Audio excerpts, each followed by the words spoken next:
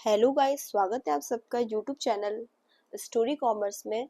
इस चैनल के थ्रू मैं आपको 11-12 के बिजनेस स्टडीज कराऊंगी, बट मैं आपको जो स्टोरी के थ्रू कराने की कोशिश करूंगी ताकि आपको कॉन्सेप्ट जो है वो बहुत अच्छे से क्लियर हो।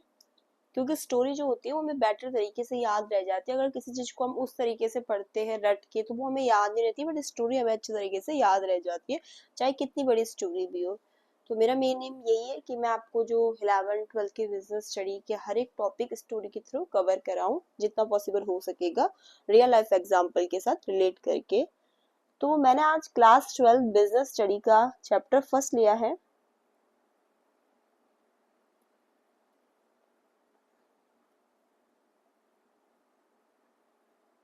ये मैंने इसमें चैप्टर फर्स्ट लिया है जिसका नाम है nature and significance of management. तो इस चैप्टर में हम मैनेजमेंट के बारे में पढ़ेंगे कि आपका मैनेजमेंट क्या होता है, क्या उसके नेचर है, क्या उसकी इम्पोर्टेंस है, और भी बहुत सारे टॉपिक है जिनसे हम वन बाय वन करके देखेंगे क्या है।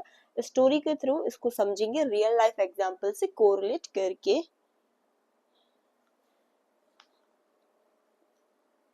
तो पहले देखो, मैं इसमें जो चैप्टर में हमें दे रखा है, आप अगर आप अपने सिलेबस से भी गो थ्रू करेंगे, एनसीईआरटी बुक या जो भी रेफरेंस बुक है जो भी आप प्रेफर करते हो, जो भी आप पढ़ रहे हो, तो उसमें हमें वन बाय वन करके पहले ही जो चीज़ हमें समझा रखी है वो ये है कि आखिर जो आपका मैनेजमेंट है वो होता क्या है।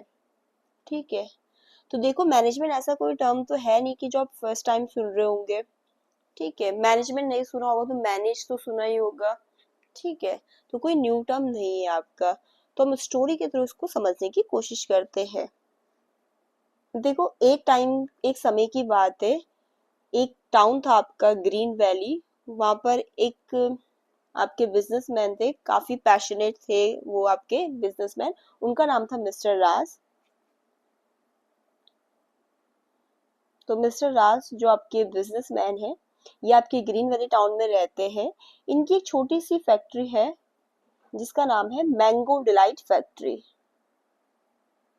ठीक है, ये इनकी फैक्ट्री है, इसका नाम है मैंगो डिलाइट। जो मिस्टर राज है उनके छोटे से ये फैक्ट्री है। वो इस फैक्ट्री में आपके मैंगो बेस्ड प्रोडक्ट्स बनाते हैं, लाइक जूस बनाते हैं, जैम बनाते हैं, कैंडीज वगैरह बनाते हैं। ठीक है,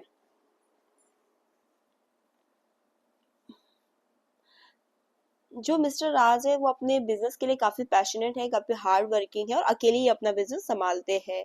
बट क्या होता है कि धीरे धीरे वो अच्छे प्रोडक्ट्स बनाते हैं तो उनका बिजनेस ग्रो होने लग जाता है। ठीक है, ये मैंने सबको बताया कि कैसे प्रोडक्ट में डील करते हैं। आपका जैम वगैरह बनाते हैं, इवन कैंडी वगैरह बनाते हैं और जूसेस वगैरह भी बनाते हैं। मैंगो से रिलेटेड बहुत सारी प्रोडक्ट्स में डील करते हैं। बट क्या होता है कि मिसेस राज का जो बिजनेस होता है धीरे धीरे वो ग्रो करने लग जाता है।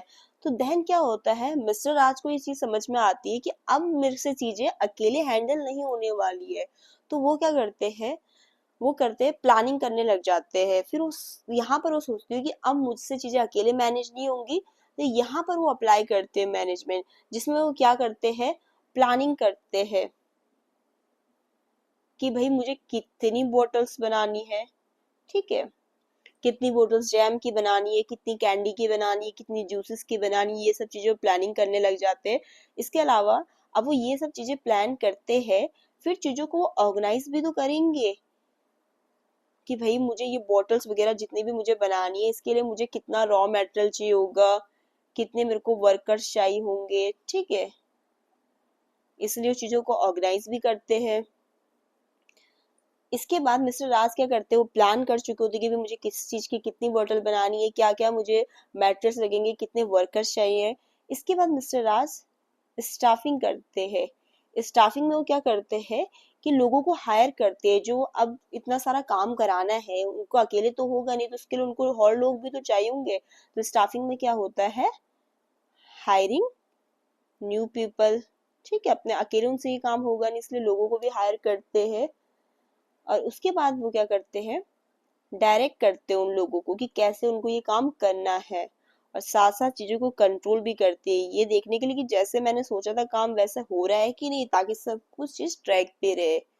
तो जो ये हमने ऊपर प्रोसेस पढ़ा, मिस्टर राज ने अपने बिजनेस में अप्लाई किया कि कितनी मुझे बॉटल बनानी है, कैसे चीजों को उन्होंने ऑर्गेनाइज किया, स्टाफिंग करा, डायरेक्टिंग करे, ताकि जो उनकी फैक्ट्री है मैंगो डिलाइट वो अच्छे से चल सके। तो यही सारा जो चीजें है, ये आपका क्या कहलाता है, मैनेजमेंट प्रोसेस।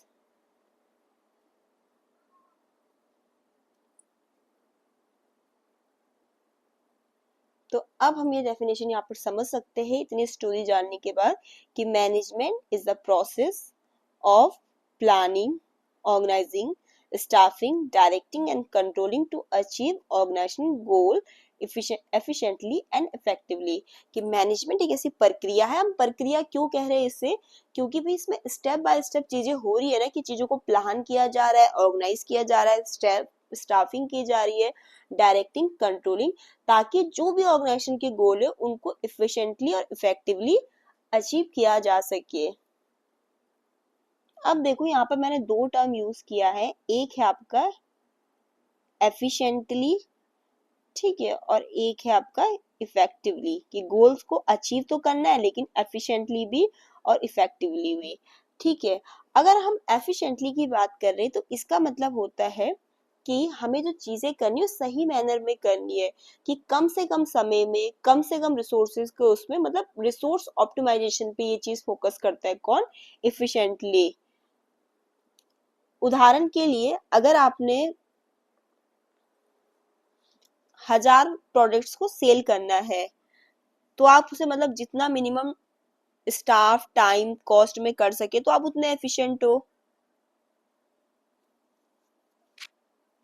और इफेक्टिवली का मतलब होता है, ये आपका किस पे फोकस करता है, आपका गोल अचीवमेंट पे।